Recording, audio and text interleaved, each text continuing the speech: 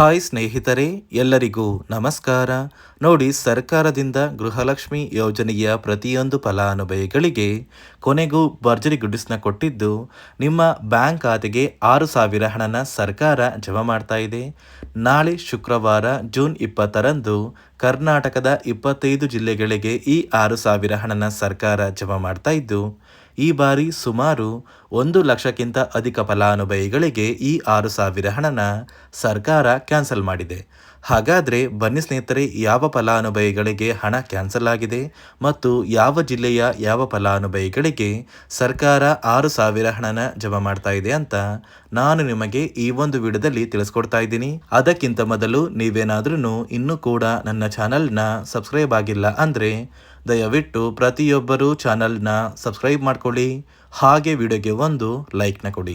ಹೌದು ವೀಕ್ಷಕರೇ, ಸರ್ಕಾರದಿಂದ ಗೃಹಲಕ್ಷ್ಮಿ ಯೋಜನೆಯ ಪ್ರತಿಯೊಂದು ಫಲಾನುಭವಿಗಳಿಗೆ ಭರ್ಜರಿ ಗುಡ್ಡಿಸ್ನ ಕೊಟ್ಟಿದ್ದಾರೆ.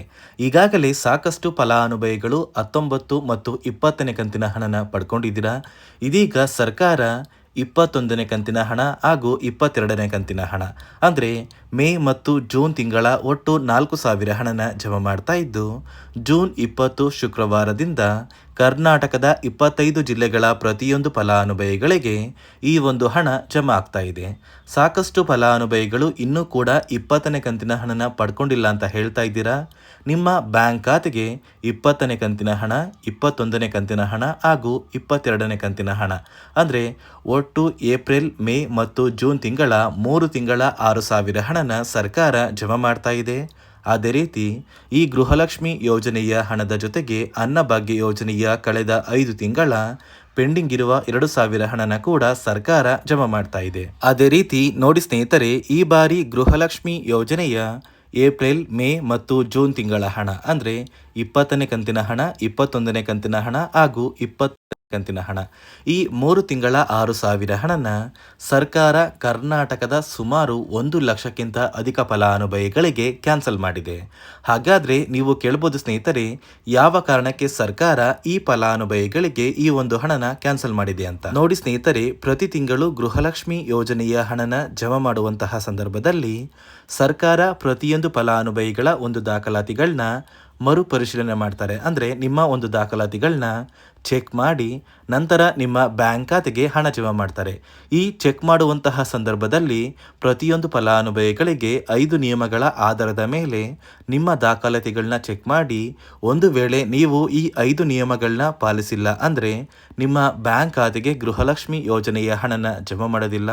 ಅದೇ ಒಂದು ಕಾರಣಕ್ಕೆ ಈ ಬಾರಿ 21ನೇ ಕಂತಿನ ಹಣ ಮತ್ತು 22ನೇ ಕಂತಿನ ಹಣ, ಈ 2 ತಿಂಗಳ 4,000 ಹಣನ ಜಮಾ ಮಾಡುವಂತಹ ಸಂದರ್ಭದಲ್ಲಿ ಸುಮಾರು 1 ಲಕ್ಷಕ್ಕಿಂತ ಅಧಿಕ ಫಲಾನುಭವಿಗಳಿಗೆ ಈ ಬಾರಿ ಗೃಹಲಕ್ಷ್ಮಿ ಯೋಜನೆಯ ಹಣನ ಕ್ಯಾನ್ಸಲ್ ಮಾಡಿದ್ದೀವಿ ಅಂತ ಸರ್ಕಾರದಿಂದ ಮುಖ್ಯವಾದ ಮಾಹಿತಿನ ಕೊಟ್ಟಿದ್ದಾರೆ. ನೋಡಿ ಸ್ನೇಹಿತರೆ, ಬನ್ನಿ ಸರ್ಕಾರದಿಂದ ಜಾರಿಗೆ ತಂದಿರುವ ಆ 5 ಹೊಸ ನಿಯಮಗಳು ಏನು ಅಂತ ಕೂಡ ನಾನು ನಿಮಗೆ ತಿಳಿಸ್ಕೊಡ್ತಾ ಇದ್ದೀನಿ.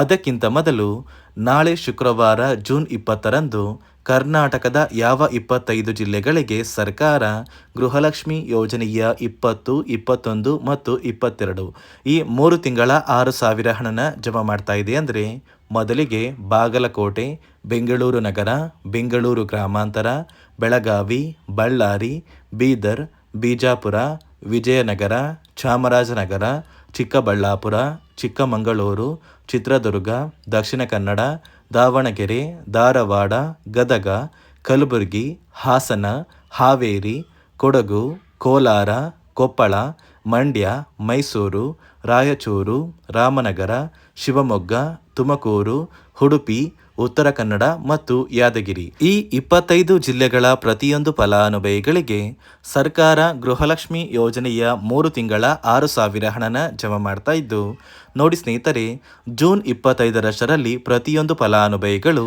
ಈ 3 ತಿಂಗಳ 6,000 ಹಣನ ಪಡ್ಕೋತೀರಾ. ನೋಡಿ ಸ್ನೇಹಿತರೆ, ಈ ಬಾರಿ ಸುಮಾರು 1 ಲಕ್ಷಕ್ಕಿಂತ ಅಧಿಕ ಫಲಾನುಭವಿಗಳ ಬ್ಯಾಂಕ್ ಖಾತೆಗೆ ಸರ್ಕಾರ ಗೃಹಲಕ್ಷ್ಮಿ ಯೋಜನೆಯ ಹಣನ ಜಮಾ ಮಾಡ್ತಾ ಇಲ್ಲ. ಕಾರಣ ಏನು ಅಂದರೆ, ನಿಮ್ಮ ಬ್ಯಾಂಕ್ ಖಾತೆಗೆ ಡೆಬಿಟ್ ಮೂಲಕ ಹಣ ಜಮಾ ಮಾಡುವಂತಹ ಸಂದರ್ಭದಲ್ಲಿ ಸರ್ಕಾರ ಸಾಕಷ್ಟು ಫಲಾನುಭವಿಗಳ ಒಂದು ಬ್ಯಾಂಕ್ ಖಾತೆಗೆ ಹಣ ಜಮಾ ಮಾಡೋದನ್ನು ಕ್ಯಾನ್ಸಲ್ ಮಾಡಿದೆ. ಯಾಕಂದರೆ ಇತ್ತೀಚೆಗೆ ಹಣಕಾಸು ಇಲಾಖೆ ಜಾರಿಗೆ ತಂದಿರುವ 5 ನಿಯಮಗಳ ಆಧಾರದ ಮೇಲೆ ಪ್ರತಿಯೊಂದು ಫಲಾನುಭವಿಗಳಿಗೆ ಸರ್ಕಾರ ಈ ಒಂದು ಹಣನ ಜಮಾ ಮಾಡ್ತಾ ಇದ್ದು, ಯಾರೆಲ್ಲ ಫಲಾನುಭವಿಗಳು ಈ ನಿಯಮಗಳನ್ನ ಪಾಲಿಸಿಲ್ಲ, ನಿಮ್ಮ ಬ್ಯಾಂಕ್ ಖಾತೆಗೂ ಕೂಡ ಹಣ ಜಮಾ ಆಗೋದಿಲ್ಲ. ಹಾಗಾದರೆ ಬನ್ನಿ ಸ್ನೇಹಿತರೆ, ಸರ್ಕಾರ ಜಾರಿಗೆ ತಂದಿರುವ ಆ 5 ಹೊಸ ನಿಯಮಗಳು ಏನು ಅಂತ ನಾನು ನಿಮಗೆ ತಿಳಿಸ್ಕೊಡ್ತಾ ಇದ್ದೀನಿ. ನೋಡಿ ಸ್ನೇಹಿತರೆ, ಮೊದಲನೆಯ ಒಂದು ನಿಯಮ ಬಂದು, ಸಾಕಷ್ಟು ಫಲಾನುಭವಿಗಳು ಹೊಂದಿರುವಂತಹ ಒಂದು ರೇಷನ್ ಕಾರ್ಡ್ ಏನಿದೆ, ಆ ಒಂದು ರೇಷನ್ ಕಾರ್ಡ್ನ ಮನೆಯ ಸದಸ್ಯರ ಪ್ರತಿಯೊಬ್ಬರ ಒಂದು ಆಧಾರ್ ಕಾರ್ಡ್ನ ನಿಮ್ಮ ರೇಷನ್ ಕಾರ್ಡ್ಗೆ ಕಡ್ಡಾಯವಾಗಿ ಲಿಂಕ್ ಮಾಡಿಸ್ಬೇಕು. ಅಂದರೆ ಈ ಒಂದು ಲಿಂಕ್ ಮಾಡಿಸುವಂತಹ ಒಂದು ಪ್ರೊಸೀಜರ್ಗೆ ಸರ್ಕಾರ KYC ಅಂತ ಕರೀತಾರೆ. ನಿಮ್ಮ ರೇಷನ್ ಕಾರ್ಡ್ಗೆ ಇನ್ನೂ ಸಹ KYC ಆಗಿಲ್ಲ ಅಂದರೆ ನಿಮ್ಮ ಬ್ಯಾಂಕ್ ಖಾತೆಗೆ ಸರ್ಕಾರ ಮುಂದಿನ ದಿನಗಳಲ್ಲಿ ಗೃಹಲಕ್ಷ್ಮಿ ಯೋಜನೆಯ ಹಣನ ಕ್ಯಾನ್ಸಲ್ ಮಾಡುತ್ತೆ. ಅದೇ ರೀತಿ ಎರಡನೆಯ ಒಂದು ನಿಯಮ ಬಂದು, ಸಾಕಷ್ಟು ಫಲಾನುಭವಿಗಳು ಕಳೆದ 3 ತಿಂಗಳಿಂದ ಸರ್ಕಾರದಿಂದ ಬರ್ತಾ ಇರುವಂತಹ ಒಂದು ರೇಷನ್ ಏನಿದೆ, ಅಂದರೆ ಉಚಿತ ಅಕ್ಕಿ ಏನಿದೆ, ಈ ಒಂದು ರೇಷನ್ನ ಪಡ್ಕೋತಾ ಇಲ್ಲ. ಒಂದು ವೇಳೆ ಕಳೆದ 3 ತಿಂಗಳಿಂದ ನೀವು ರೇಷನ್ನ ಪಡ್ಕೊಂಡಿಲ್ಲ ಅಂದರೆ ಸರ್ಕಾರ ನಿಮ್ಮ ಬಳಿ ಇರುವಂತಹ ಒಂದು ರೇಷನ್ ಕಾರ್ಡ್ನ ಕ್ಯಾನ್ಸಲ್ ಮಾಡುತ್ತೆ. ನಿಮ್ಮ ರೇಷನ್ ಕಾರ್ಡ್ನ ಸರ್ಕಾರ ಕ್ಯಾನ್ಸಲ್ ಮಾಡಿದ್ರೆ ನಿಮ್ಮ ಬ್ಯಾಂಕ್ ಖಾತೆಗೆ ಗೃಹಲಕ್ಷ್ಮಿ ಯೋಜನೆಯ ಹಣ ಇರ್ಬೋದು ಮತ್ತು ಸರ್ಕಾರದಿಂದ ಬರುವಂತಹ ಒಂದು ಸೌಲಭ್ಯಗಳನ್ನ ನೀವು ಕಳ್ಕೋಬೇಕಾಗುತ್ತೆ. ಅದೇ ರೀತಿ ಮೂರನೆಯ ಒಂದು ನಿಯಮ ಬಂದು, ನೋಡಿ ಸ್ನೇಹಿತರೆ, ನಿಮ್ಮ ಬಳಿ ಇರುವಂತಹ ಒಂದು ಆಧಾರ್ ಕಾರ್ಡ್ ಏನಿದೆ, ಆ ಒಂದು ಆಧಾರ್ ಕಾರ್ಡ್ನ ಕಳೆದ 15 ವರ್ಷಗಳಲ್ಲಿ ನೀವು ಯಾವುದೇ ರೀತಿಯ ಒಂದು ತಿದ್ದುಪಡಿನ ಮಾಡಿಸಿಲ್ಲ ಅಂದರೆ ನಿಮ್ಮ ಬ್ಯಾಂಕ್ ಖಾತೆಗೆ ಸರ್ಕಾರ ಗೃಹಲಕ್ಷ್ಮಿ ಯೋಜನೆಯ ಹಣನ ಕ್ಯಾನ್ಸಲ್ ಮಾಡುತ್ತೆ. ಯಾಕಂದರೆ ಸರ್ಕಾರದಿಂದ ಬಂದಿರುವಂತಹ ಒಂದು ಆದೇಶದ ಪ್ರಕಾರ ಪ್ರತಿಯೊಂದು ಫಲಾನುಭವಿಗಳು ಕಳೆದ 15 ವರ್ಷಗಳಲ್ಲಿ ಯಾವುದೇ ರೀತಿಯ ಒಂದು ತಿದ್ದುಪಡಿನ ನಿಮ್ಮ ಆಧಾರ್ ಕಾರ್ಡ್ಗೆ ನೀವು ಮಾಡಿಸಿಲ್ಲ ಅಂದರೆ ಕಡ್ಡಾಯವಾಗಿ ಆದಷ್ಟು ಬೇಗ ನಿಮ್ಮ ಆಧಾರ್ ಕಾರ್ಡ್ಗೆ ತಿದ್ದುಪಡಿನ ಮಾಡಿಸಿ. ಅದೇ ರೀತಿ ನಾಲ್ಕನೆಯ ಒಂದು ನಿಯಮ ಬಂದು, ನಿಮ್ಮ ಕುಟುಂಬದ ಒಂದು ವಾರ್ಷಿಕ ಆದಾಯ 7 ಲಕ್ಷಕ್ಕಿಂತ ಕಡಿಮೆ ಇರಬೇಕು. ಒಂದು ವೇಳೆ ನಿಮ್ಮ ಕುಟುಂಬದ ವಾರ್ಷಿಕ ಆದಾಯ 7 ಲಕ್ಷಕ್ಕಿಂತ ಜಾಸ್ತಿ ಇದ್ದರೆ ನಿಮ್ಮ ಬ್ಯಾಂಕ್ ಖಾತೆಗೆ ಸರ್ಕಾರ ಗೃಹಲಕ್ಷ್ಮಿ ಯೋಜನೆಯ ಹಣನ ಕ್ಯಾನ್ಸಲ್ ಮಾಡುತ್ತೆ. ಅದೇ ರೀತಿ ಐದನೆಯ ಒಂದು ನಿಯಮ ಬಂದು, ನಿಮ್ಮ ಕುಟುಂಬದ ಸದಸ್ಯರು ಅಥವಾ ಗೃಹಲಕ್ಷ್ಮಿ ಯೋಜನೆಯ ಫಲಾನುಭವಿಗಳು ಯಾರು ಕೂಡ ಸರ್ಕಾರಿ ನೌಕರರಾಗಿ ಕಾರ್ಯನಿರ್ವಹಿಸ್ತಾ ಇರಬಾರ್ದು. ಒಂದು ವೇಳೆ ನಿಮ್ಮ ಕುಟುಂಬದಲ್ಲಿ ಯಾರೇ ಆಗಿದ್ರೂ ಸರ್ಕಾರಿ ನೌಕರರಾಗಿ ಕಾರ್ಯನಿರ್ವಹಿಸ್ತಾ ಇದ್ದರೆ ನಿಮ್ಮ ಬ್ಯಾಂಕ್ ಖಾತೆಗೆ ಗೃಹಲಕ್ಷ್ಮಿ ಯೋಜನೆಯ ಹಣ ಕ್ಯಾನ್ಸಲ್ ಆಗುತ್ತೆ. ಈ 5 ನಿಯಮಗಳ ಆಧಾರದ ಮೇಲೆ ಪ್ರತಿಯೊಂದು ಫಲಾನುಭವಿಗಳಿಗೆ ಸರ್ಕಾರ ಹಣ ಜಮಾ ಮಾಡ್ತಾ ಇದೆ. ಒಂದು ವೇಳೆ ನೀವು ಈ 5 ನಿಯಮಗಳನ್ನ ಪಾಲಿಸಿಲ್ಲ ಅಂದರೆ ನೀವು ಕೂಡ ಗೃಹಲಕ್ಷ್ಮಿ ಯೋಜನೆಯ ಹಣದಿಂದ ವಂಚಿತರಾಗಬೇಕಾಗುತ್ತೆ. ನೋಡಿ ಸ್ನೇಹಿತರೆ, ನಿಮ್ಮ ಬ್ಯಾಂಕ್ ಖಾತೆಗೆ ಇಲ್ಲಿಯವರೆಗೂ ಗೃಹಲಕ್ಷ್ಮಿ ಯೋಜನೆಯ ಒಟ್ಟು 19 ಅಥವಾ 20 ಕಂತಿನ ಹಣನ ಪಡ್ಕೊಂಡಿದ್ರೆ ಈ 3 ತಿಂಗಳ 6,000 ಹಣ ಅಂದರೆ 20, 21 ಮತ್ತು 22ನೇ ಕಂತಿನ ಹಣ, ಈ 6,000 ಹಣನ ಆದಷ್ಟು ಬೇಗ ಸರ್ಕಾರ ಪ್ರತಿಯೊಂದು ಫಲಾನುಭವಿಗಳ ಬ್ಯಾಂಕ್ ಖಾತೆಗೆ ಜಮಾ ಮಾಡುತ್ತೆ ಅಂತ ಹೇಳ್ತಾ, ಇದಿಷ್ಟು ಸರ್ಕಾರದಿಂದ ಪ್ರತಿಯೊಂದು ಫಲಾನುಭವಿಗಳಿಗೆ ಬಂದಿರುವಂತಹ ಒಂದು ಹೊಸ ಮಾಹಿತಿಯಾಗಿದೆ. ನಾನು ಕೊಟ್ಟಿರುವಂತಹ ಮಾಹಿತಿ ನಿಮಗೆ ಇಷ್ಟ ಆಗಿದ್ದಲ್ಲಿ ದಯವಿಟ್ಟು ಪ್ರತಿಯೊಬ್ಬರು ನನ್ನ ಚಾನಲ್ನ ಸಬ್ಸ್ಕ್ರೈಬ್ ಮಾಡ್ಕೊಳ್ಳಿ, ಹಾಗೆ ವಿಡಿಯೋಗೆ ಒಂದು ಲೈಕ್ನ ಕೊಡಿ.